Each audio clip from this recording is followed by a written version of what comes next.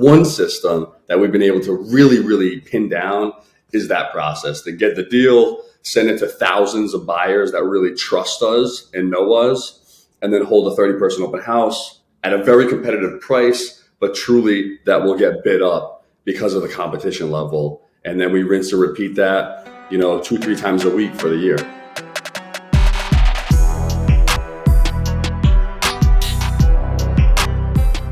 All right, CJ Moss. Thanks for coming on the show, man. Appreciate you taking the time. It's good to see you again. Mm-hmm. And sounds like you've been crushing it over there on the East Coast, dominating the wholesale market. So for those who don't know who you are, haven't heard about you before, what's your deal, man? What's your business? Who are you? What's your backstory? Let's get into the details here. All right, cool. Well, hey, Mike and Dan, thanks for having me on. It was a pleasure to meet you guys last year when we met for the first time. I feel like I connected pretty well with you guys, so I was definitely pumped to get the invite.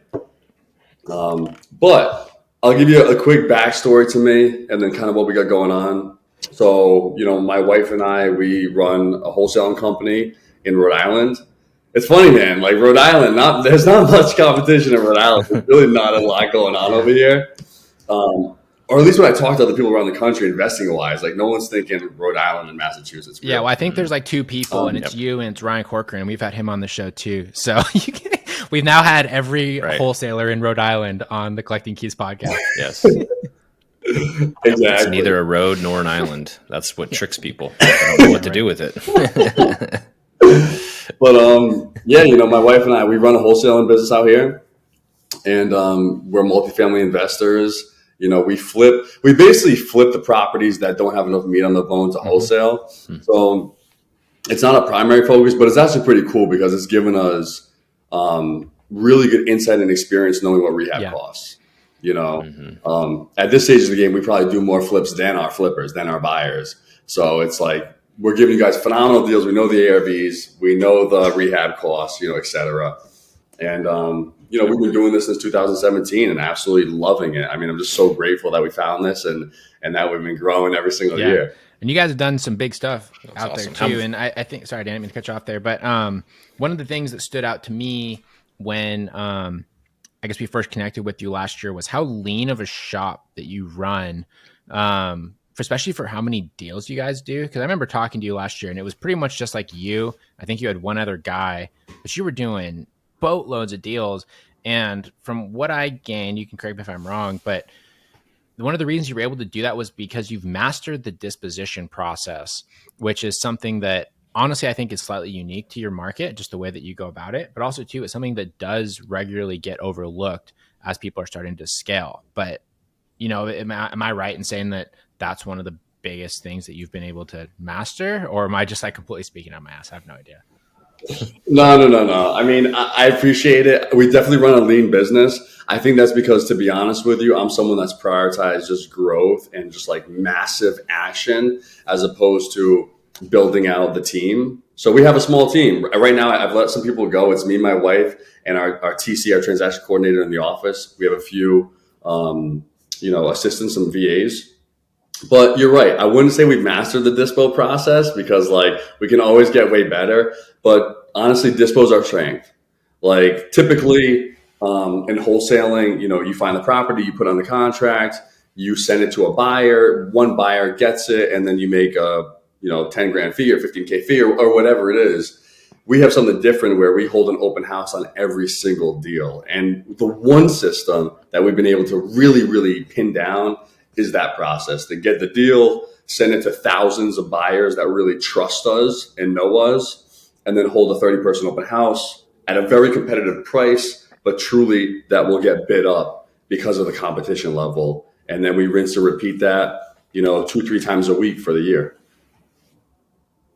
Wow. That's awesome. You guys definitely do put a lot of energy. When I talked to you last year, last year now, about your disposition process, because you guys do a really good job. You put a ton of energy behind it, not necessarily like effort, but energy. I would keep those separate. You do put effort behind it, but you just have energy around it, where a lot of folks always focus putting their energy on the acquisitions because they got to get a contract to make money to sell it, right? But you're doing it, really well on that side. I was going to ask you, so around the open houses and all that sort of stuff, how how does that work for you? Can you like explain that process? Because when you talk to me about it, like how it works, it's really cool. Just your kind of like soup to nuts process once you get something under contract. Because it's not complicated. It's just putting energy behind it. Yeah, no, it's simple. So like we lock it up and then we come up with our numbers. So we always have an asking, a rehab estimate, and an ARV after repair value, photo link, and then closing details. Closing by this date, offers due by this date. It's a very simple email or text message that we send out. The goal is to get it in front of as many buyers as possible. So we have our lists, we have our local RIA, and then we actually cold call buyers in the area and cold call realtors, because you got to get eyes. You never know the random buyer who's a flipper, but who's like, dude, I know that street because I own 3 houses on that street and I'll pay 40 grand over every other buyer, right? So you need those buyers. So then we send it out. We hold an open house for an hour. You can't come before, you can't come after. You got to come for the hour. We're very strict and disciplined with our requirements. And then it's highest and best due by the next day at 12. All right. During that hour, you can bring your lender, you can bring your contract, you bring your grandma and your daughter and take as many pictures as you want, right? But you can't get back in. Highest and best by 12. Don't call me to know where everyone else is. No escalation clauses. Like, we're strict. But then once you teach the investors the process, they abide by the process. And then you get their best offers.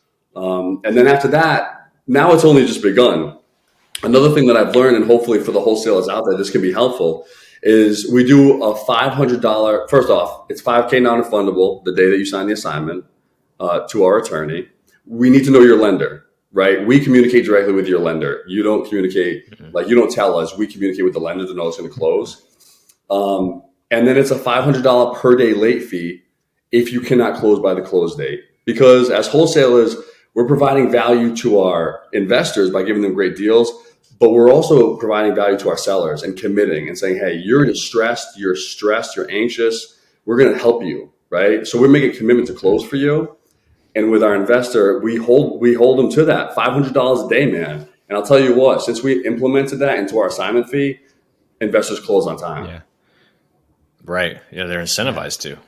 That's awesome. I've never heard of anybody doing that. The thing that fascinates me about how you put all this together too, CJ, is how did you discover that this was the best way to do dispo? Because like what you're describing in theory makes so much sense, but well, excuse me, in our group coaching program, our instant investor program, we actually kind of teach the opposite, because like my opinion, you can tell me your thoughts on this. I think that what you are describing, a dispo process, is highly specific to somewhere with a high population density, maybe like high financial status, like the Northeast. Because you can try to do that same thing here, and you're going to get like, we're in Eastern Washington. We have 500,000 people in our metro. It's not a small town, but generally not a huge amount of money, not a huge investor base. If we try to do that same thing here, people will be like, nah, fuck you. I'm not paying an extra $500. Like, I'll just go and like wait for the next deal. Or like we've tried to have open houses and like 4 people will come. Right. And that seems to be a kind of a more universal experience. Like even yesterday, I was talking to a guy down in Nashville who's doing this, which is like a pretty big metro. There's a lot of people down there. And I was talking to him about you and how we're doing this interview today, and what you do. And he was like, yeah, that was no way that would fly in Nashville. Like, it's like such like good old boys. Like, if like that might work if you're the guy that's like been in the market for 10 years. But if you're trying to, establish yourself and you're running a business that way, you're just going to be completely screwed. Yeah. Yeah, that's interesting. My gut's telling me that's a limiting belief. You're probably not All wrong. right. If I went to Nashville and started my own wholesaling company, I would 1,000% do open houses. You gotta show yourself as the wholesaler in the market, period. You get the best deal. So like for the first few years, you gotta commit to everything. You're networking with everyone. You're going to every RIA. Like, dude, it's relentless energy to actually become like the Moss Home Solutions. They get the best deals. You have to go to their open houses. You have to work with them. And that's what we've established here. And I think that we can establish that anywhere else. But I learned this from Wholesaling Inc. They're just the wholesaling company that I learned everything from. And originally it was this dude, Cody Hoffheim and Tom Kroll, for those of you who knew wholesaling maybe in like 2017, 2018. And this is what they said. You guys got to hold open houses. If you're not holding open houses, you're reducing your assignment fees. And I didn't know wholesaling from a hole in the wall. So I was like, okay, this is how you do it. Like, I just don't know any other way. This is how you do it. And I did that. And then ever since, it's just like other wholesalers now give me their deals in our market, because if our average assignment fee is like, call it like 32 grand at the moment, and I give them, I say, hey, I'll give you half of our assignment fee if you give me the deal. They give us the deal because they're going to make more than they would otherwise. And the process is seamless and they don't have to bumble and fumble and fail forward. It's just like, give it to them, make 16K and keep it pushing. Yeah. Yeah. I think I tend to agree with what you're saying, CJ, is that it is probably a limiting belief, because I'm going to go back to, you put a lot of energy in this and you just said it. You go to all the RIAs, you've established yourself as a trustworthy brand, and you are basically, you're almost kind of setting the bar for what a deal is, honestly, because you establish yourself as the go-to person. And if CJ says it's a deal, then it's a deal. And then now you can force others' hands, and now you get to set, you get to set the standard and get to set the rules of the game, as opposed to the other way around. Yeah, Dan, that's a great point. And I'm sure you guys know there's probably a lot of wholesalers in your market that send out junk deals. And people look at them and they're like, dude, this isn't a deal. It's on the MLS. Like, they're asking this much money for it. As a wholesaler, we take pride in providing phenomenal deals where our investors are like, dude, I don't know how they get these things. They're priced right. The rehab is right. Because we want to run a business based on integrity and actually providing long-term value, instead of just like random people trying to make 5K here, 5K there. Yeah. Right. When you said earlier that you flip the deals that don't have enough meat on the bone for a wholesale. So that's probably a key to it too. You know what a good deal is. And now you're pulling those out of the marketplace and just flipping them and keeping those profits for yourself, because there just isn't enough for two people to profit on. Exactly. That's it, right? If there's no wholesale fee, then we'll just do the flip. I think that's huge. And I want to lean on that a little bit before I want to go back to what you said about finding phenomenal deals, because that's always one of the number one questions people want to go into is, what does that process look like? But in regards to, you taking down these deals as well, not only does it, give you the knowledge base, but your social media and stuff that you run is freaking great. I love what would the Moss do on your Instagram. Like, it's funny when I first started seeing you, and what's your Instagram handle real quick? It's just Moss Solutions. It's Moss Home Solutions. So definitely go follow him on Instagram, guys. Him and his wife, they do these really great videos, with their tag, what would the Moss do? And they're going into like these details on the rehabs that they're doing, the different flips. And that establishes such an incredible amount of credibility with other investors too, because not only now do you have a wholesaler that's bringing all these deals, but you're seeing like professional curated content that's good, right? It's not like some dude walking around with like an old iPhone and you can like kind of hear him because he's like off in the closet and that sort of stuff. But it's actually professional content showing that he is walking the walk as well. And that goes a huge way. And like now people are going to take his deals more seriously because this guy obviously knows what he's doing. So, just as props on you there. I think that you've done an incredible way of building that brand that most people take for granted. Thank you.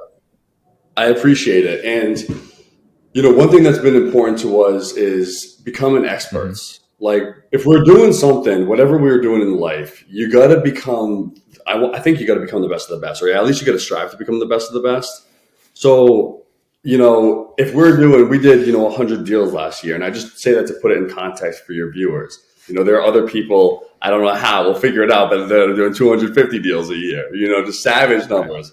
But if we did 100 deals last year, we probably did 20 flips, just the ones that we couldn't, that weren't true wholesales. So now when buyers come to our properties, maybe, I don't know if this ever happened to you guys, but when I first started off, I'd have buyers that are like, dude, you said this is 50 grand, this needs 70 grand. Or you said this is 30, this needs, whatever. Now you can't say that to me because I do more flips than you actually. And I don't say that in a cocky way. I'm just like, no, you can't, you have to get better labor. You got to work better to get your materials cheaper. Like, you have to get your financing better. You have to improve as a flipper to make these things work as well. So it's just been nice to get that experience. Yeah. I mean, exactly. You have your own knowledge base. You have your own leg to stand on there, and people can't. You're right. They completely can't argue with you. I mean, I guess it's a critical piece. It's a critical piece to be an investor, being well-rounded too, right?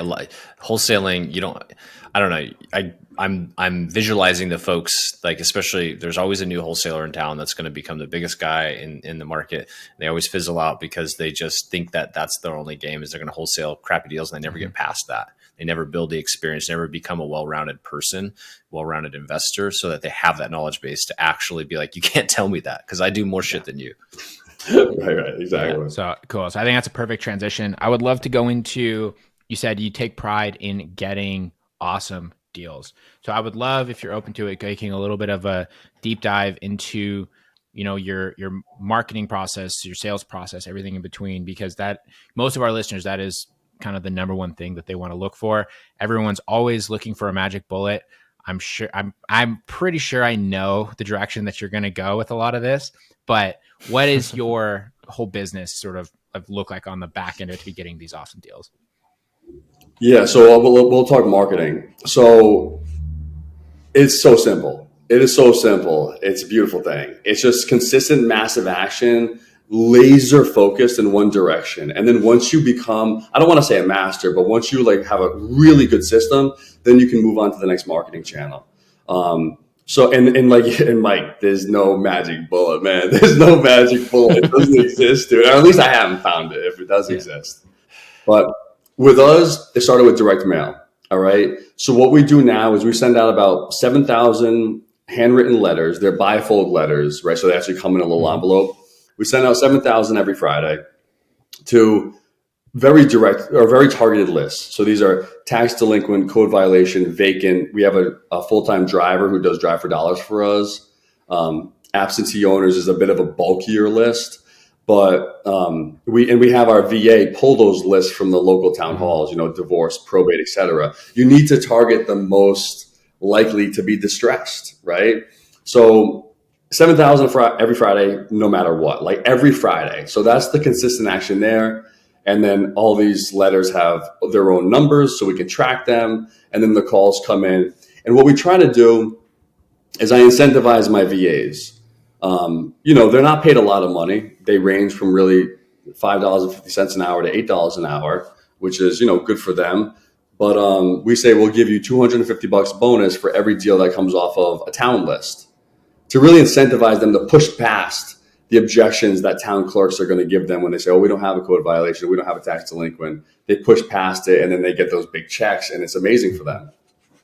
So direct mail is our bread and butter. That's what we started with. Once we got that thing down to where I only need to spend 30 minutes a week on it, then we moved into, we're on radio. So we're on 2 radio stations.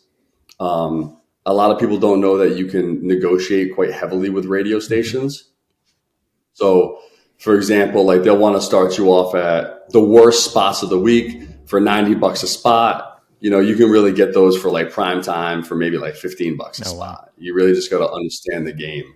And I took a course on that. I just took the Wholesaling Inc.'s radio course and I just did what they told me to do. I'm not like a smart dude. I just do what I'm told to do and I do a lot of it. Yeah, right. So, we do radio. We have a full-time cold caller who 40 hours a week from Call Motivated Sellers. It's basically like an outsourcing where they have their own cold callers. They're American or Canadians, $20 to $23 an hour. I personally think it's worth the investment, at least for us in the Northeast, because we kind of have like an ownership population that's mistrusting. If you don't sound like you're from the Northeast, then they think you're a scam. Yeah.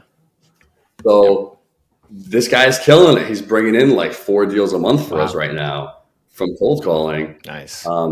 And then, we have the Google and the pay-per-click and the referrals, but basically we have all this web of marketing now, but it was one at a time over the course of 4 years. And then once we felt like the bridge was made, like we built the bridge to the other side, fortified it, put in some extra pillars, some extra concrete or whatever, then we moved on to the next marketing bridge. That's awesome. I love it. Super simple. Nice. So you started with direct mail. How long were you doing and optimizing direct mail before you started adding in these other marketing methods? We did direct mail for 2 years before we added only anything. 2 years of direct mail. That's 2 years of direct mail. But I mean, we're sending this stuff every week. No, I'm just emphasizing that for the listeners who always like, even people that are in our group coaching stuff, they'll like literally do like one batch direct mail, like direct mail doesn't fucking work. We're like, See, Yeah, or they want to hop to the next cheapest thing, which is cold calling or texting before they season it and become but experts you at did it. just that for 2 years. That's crazy, dude. Like Yeah, that is. that's I mean, great. honestly, I commit your like sorry, I admire your commitment to the grind there of just like not even getting a little bit of shiny object syndrome. There must be something more than doing the same thing for Right. 2 years, man. That's a long time with the same process. Right. Yeah, it took us 5 months to get our first deal. And I was just telling my wife, like, I was like, trust the process, trust the process. I know it works. It's going to work. They say it works. Like by month, like 4.5, she was like, dude, CJ, we're broke. I don't know if this is going to work, man. But we trust the process. And with everything in life, no matter what it is, if you take consistent, massive action, you're going to be wildly successful at it. It might be boring. Like 2 years is boring. Right. But hitting the gym 6 days a week, you're going to get in good shape. It just takes time. Yeah. Yeah. So what would you say? So it took you 5 months. Mike and I were like similars, and we have like a lot of success stories where people take several months to get the first deal. What was it in your system that took you 5 months? Was it your sales ability? Was it your marketing ability? Or was it just flat out you had to build up the lead flow to finally get one? I think the volume, because we didn't have the funds initially. So like the volume wasn't as high. So maybe we could have condensed that into like 2 months. Yeah, the sales ability. I mean, like right now, I'm sure you guys are the same. If I go out on a seller appointment and there's any chance they're going to sell it, dude, I'm getting that contract 100%. Right. If I went out on that same appointment 4 years ago, dude, I'm nervous. I'm wicked nervous. Like I'm not confident in my numbers. They can probably sense it. Like, dude, can this guy buy my property cash? Like, Yeah, right. Who is this No, guy? I think that's super valid. So we don't do our own sales. We haven't done our own sales, honestly, for almost shortly after we started the business, because we sucked at that, right? And we recognized that. And for us, we had a good lead gen. We were also doing direct mails. Dan said it took us about 4 months, I think, to get our first deal. We'd spent a bunch of money. We were in the hole. And that story is universal across so many people that get to be successful in this business. But we were doing like onesie, twosie deals. And then I went to a mastermind meetup down in Florida, and I was meeting with our coach there, and we're going through our CRM, and he's like, well, this should be a deal. This should be a deal. Just like reviewing notes. He's like, honestly, bro, I think you just suck at sales. He's like, so my action step was to go home and to hire a new find a salesperson, someone that was going to be able to perform sales better than Dan and myself. And we did that. And lo and behold, we brought in our first sales rep, and we had our first $100,000 month off of deals that were already in our system. wow. Right? Like literally, we just like, then she didn't have real estate experience. We were like, here you go. And she just came in and was like, so like, is this like a good price for this property? We're like, yes, absolutely. Like she knew nothing about real estate, but she had a good sales process and a good sort of tone and temperament with the sellers. And so that was what sort of pushed us over the leg. And that's when we learned like, this just is part of our business that we're not going to do, because we've always had good lead gen. We've always been good at the data and like the lead organization, all that sort of stuff. But sales for us was the weakness. And honestly, what you said, Mike, was fascinating, because it's what CJ, you just said is like, so Mike, you got told something. CJ, you said you do what you're told. So you go and learn from other people. And then when they tell you to take action on something, you take action.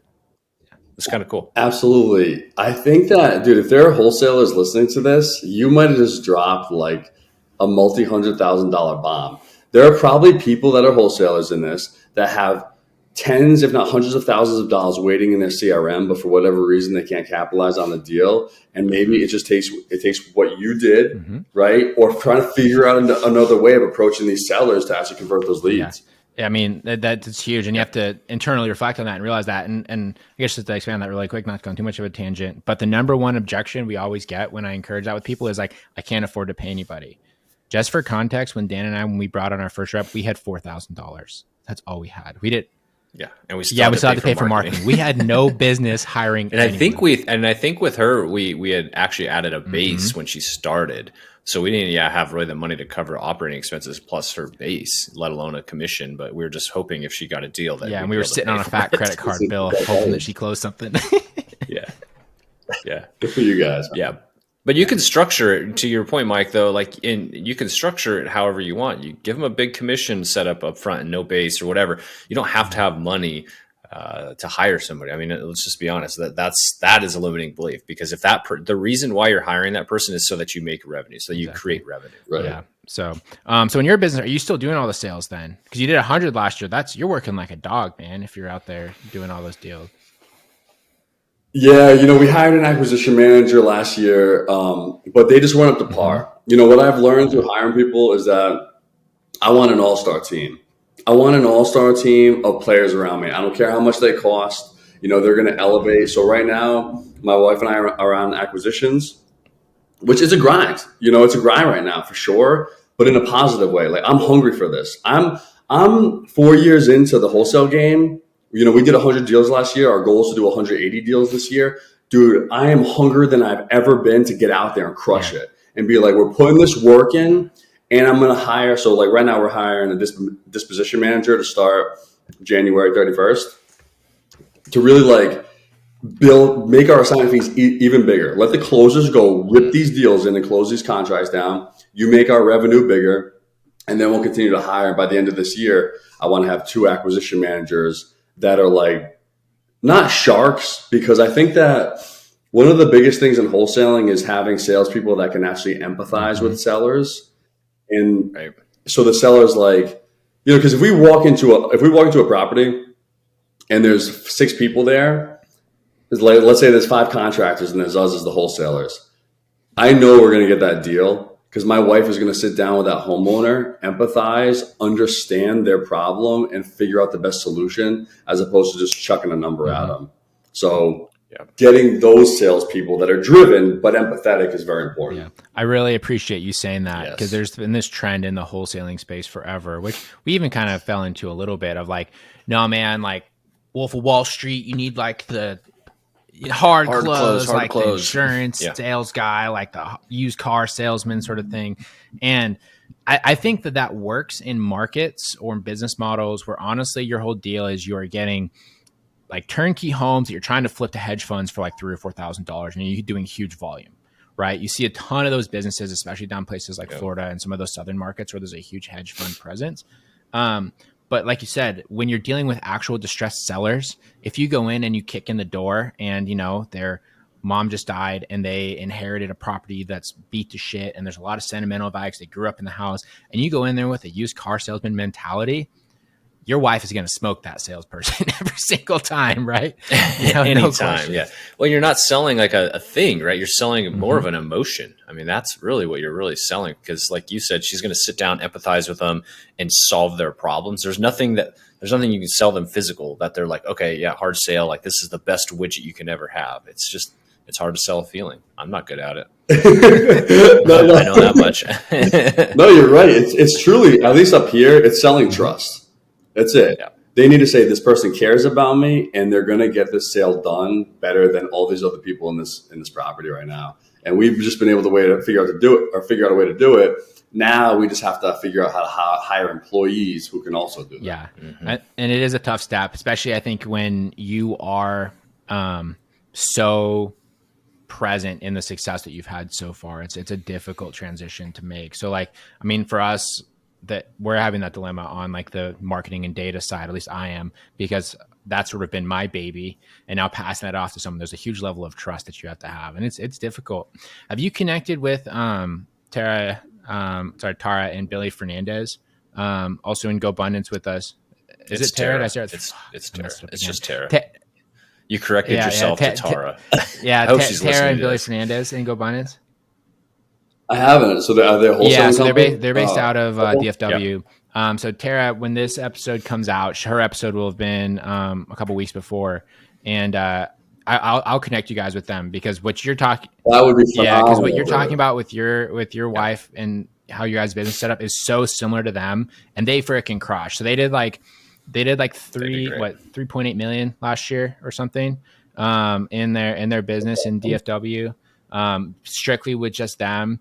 And like they're getting some bananas assignment fees, dude, like multi 6 figures, like huge deals on a somewhat regular basis, but they have the exact same struggles that you do.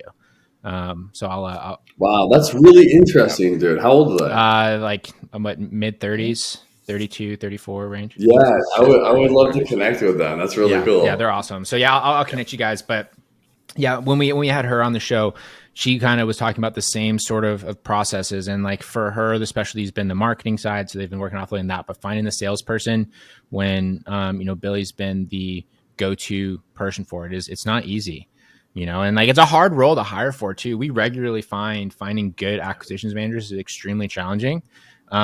Because like it takes a lot of work and you're doing some stuff like going to some of these houses that you never, like in your everyday life, you cannot imagine some of these situations you get yourself into. So like what I always tell acquisition managers when we're talking to them, we're bringing them in is like, there's going to be some weird things. Like you're going to see some horrible houses, but I guarantee you that your experience working with us will make you the most interesting person at like any sort of like dinner that you go to over the next little bit.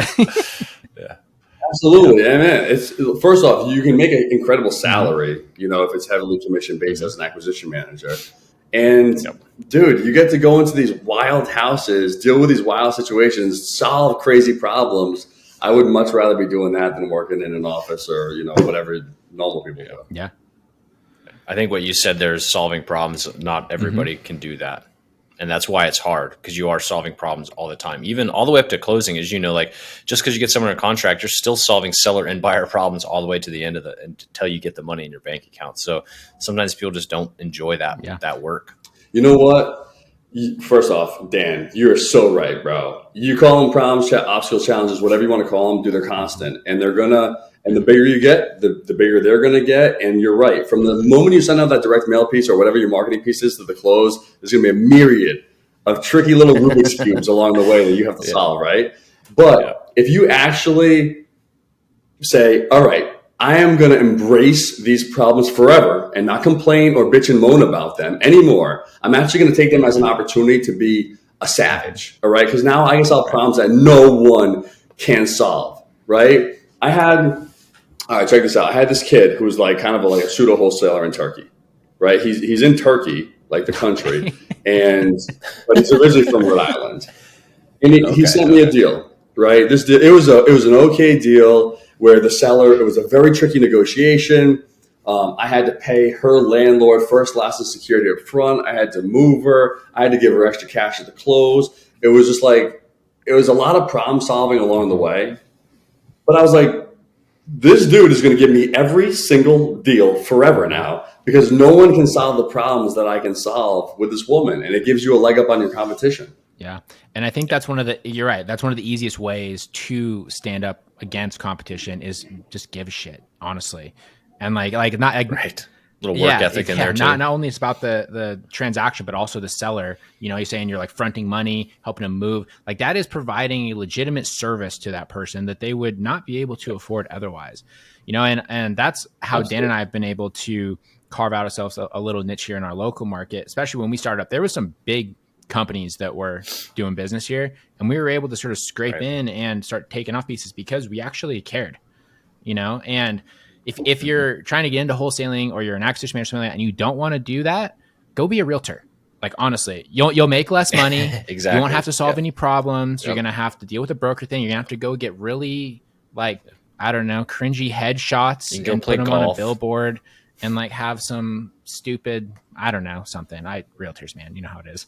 But like, you know what? Tell us more, please. Like, honestly, if you guys were brokers, right? If you guys ran a brokerage or I was a realtor, it would translate. Like, if I was a realtor in this market, I'd probably be the number one realtor in the market. Or if you guys were the brokers, you'd be the number one brokerage, because it's just like the same. It's the drive. It's the problem solving. It's everything. It's the waking up. Like, guys, I wake up at 4:30 every day, right? Ready for my day. I start my morning ritual at 4:30.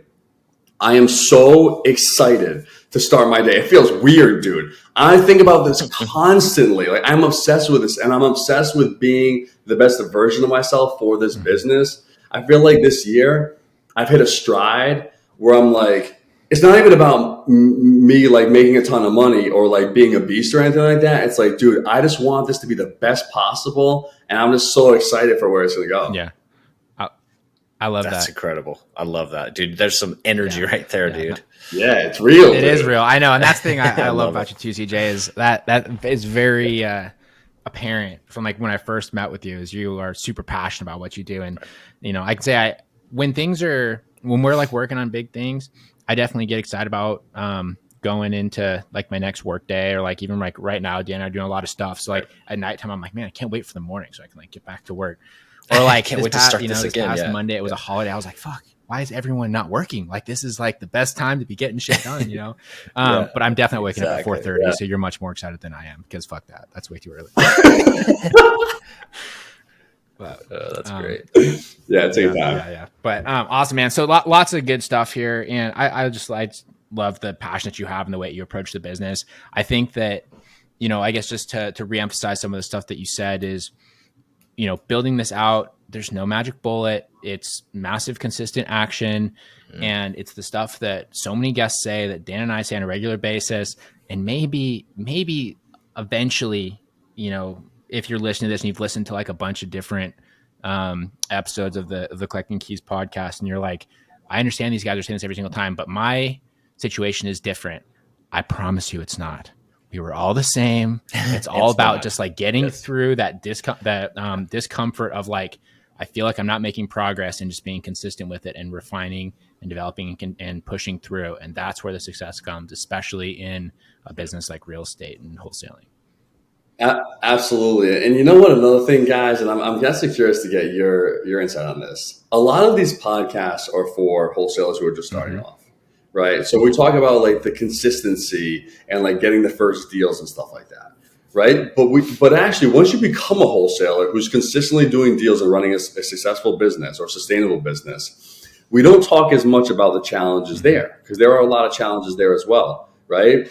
And one thing that I hit last year is that I felt like I was on just a revolving deal wheel, where it's like, this is going to sound, I'm sure you guys have felt this as well. We were getting 30 grand checks that literally, when I first got a 30 grand check, I would explode. Right. And then now I'm getting them. I'm just like, bank, emotionless, just put it in the bank, emotionless. Right. It just becomes part of the process. And I actually started to almost feel like a little burnt last year.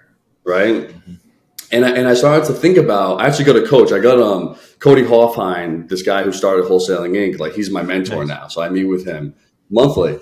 And we talk about our why, right? We talk about, why are we doing this? And originally it was like to make $1 million and own hundreds of units and all this other stuff. But once you get there, you realize like, this isn't actually fulfilling as much, or at least for me personally, it wasn't fulfilling. It was like, what's next? So my wife and I have started this thing, and I'm actually really excited for it. Where our goal is to basically grow this wholesaling company into an incredible company, to buy as many multifamily units as possible, right, in our area. So right now we got about 160, and we're trying to grow that to 750 over the next 3 years, with the goal being creating hundreds of thousands of dollars that come in per month, and then to spend that money, actually to donate that money to sellers that we meet, where maybe they want to stay in their home. Maybe they're just like people who, they need a boiler, but they can't afford a boiler. They need a roof, but they can't afford to put a roof on their home. And literally to just rehab these people's houses for free for them, and to see how many houses we can do. Like, dude, how many boilers can we put in this year? How many windows can we donate this year? And that's kind of our new thing. So we've started that this year. And I know in a few years, like, dude, I'm going to hit you guys up and be like, bro, we just built 50 houses for people this year and gave them away for free. And it's just like, that stuff is exciting me now. I love it. Yeah. That's incredible. Towards that philanthropic sort of view.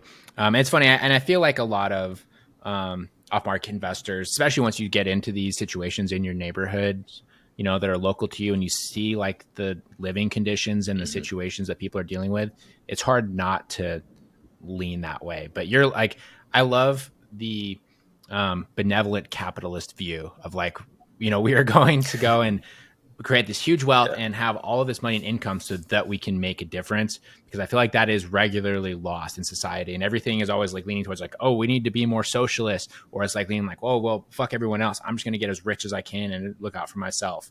And it doesn't need to be that way. Like capitalism gets a bad rap, Yeah. but it doesn't actually need to be bad. Yeah. There's a middle ground. No, it's like honestly, I feel like I have an obligation. We want to make $7 million this year. That's our goal at gross. And I'm like, I have an obligation. I have to make this money because when I make this, I'll be able to do all this stuff for these people, and I'll be able to have multifamilies for my employees to give them, retirement money. And like, dude, we got to do this. We got to make a ton of money. Yeah. I love it, man. That is a good why. I like that. You have to. There's no like, well, we could. It would be nice if we did. It's like, no, we have to. That is a motivator right there. Awesome. Man. Yeah. Good pumped. stuff. Super good stuff, CJ. I think it's a great way to go into our end of show questions here. But yeah, you got me in a spot, man. I'm like, I'm sitting here going, what is my why? What do I need to really do with all that? It's hard. That is a hard is question such a to answer. Yeah, it's a good one to dig into for sure, guys. Awesome, man. I love it. All right. So going into our end of show questions here, we have 3 questions that we always ask every guest that comes on this show. Number 1, I'm sure you have a good answer to this. What is your craziest real estate investing story? And this can be a big win, a big loss, crazy seller, tenant, transaction, whatever you have. Only rule is it can't be about finding a dead body in a property, because we've had enough of those stories and they just get super depressing really quick. Have you had a lot of those? Dude, that's like everyone's like go-to had enough. story is We've had like enough. the liquefied body that they found that was like 3 months old. And I'm like, I don't. Yeah. Especially the New Orleans folks. They Dude, always see do. murders. Like, honestly. What is that? You're right, actually. Like, that's a very Louisiana thing, apparently. New Orleans thing. Yeah. My craziest, honestly, at this point, they've blended.